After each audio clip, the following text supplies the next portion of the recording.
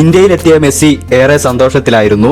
ലോകകപ്പിൽ ഇന്ത്യക്കാർ അർജന്റീനയോട് കാണിച്ച സ്നേഹം മറക്കാൻ കഴിയില്ലെന്നും ഇനിയും ഇന്ത്യയിലേക്ക് തീർച്ചയായും വരുമെന്നും ലിയോ പറഞ്ഞു. എന്നാൽ മെസ്സിക്കെതിരെ ഇപ്പോൾ ആഞ്ഞടിച്ചിരിക്കുകയാണ് ഒരു മുൻ ഇന്ത്യൻ കായിക താരം. മറ്റാരുമല്ല, ലോക ക്രിക്കറ്റ് ഇതിഹാസമായ സുനിൽ ഗവാസ്കറാണ് അത്.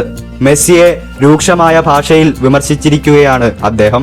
ലയണൽ മെസ്സിയും അദ്ദേഹത്തിന്റെ പരിവാരങ്ങളും ആരാധകരോട് പ്രതിബദ്ധത കാണിച്ചില്ലെന്നും കൊൽക്കത്തയിലെ പ്രശ്നങ്ങൾക്കെല്ലാം കാരണം മെസ്സിയാണെന്നും ഗവാസ്കർ പറഞ്ഞു. സ്റ്റേഡിയത്തിൽ നിന്ന് നേരത്തെ മടങ്ങിയെങ്കിൽ അതിന്റെ യഥാർത്ഥ കുറ്റവാളി മെസ്സിയും പരിചാരകരുമാണ്, ഗവാസ്കർ തുറന്നടിച്ചു.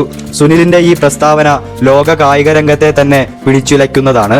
എന്നാൽ സുനിൽ ഗവാസ്കറിന് മെസ്സിയുടെ കൂടെ നിന്ന് ഫോട്ടോ എടുക്കാൻ പറ്റാത്തതിലുള്ള നിരാശ കൊണ്ടാണ് അദ്ദേഹം അങ്ങനെ പറഞ്ഞതെന്ന് ചില ആരാധകർ സോഷ്യൽ മീഡിയയിൽ പറയുന്നു.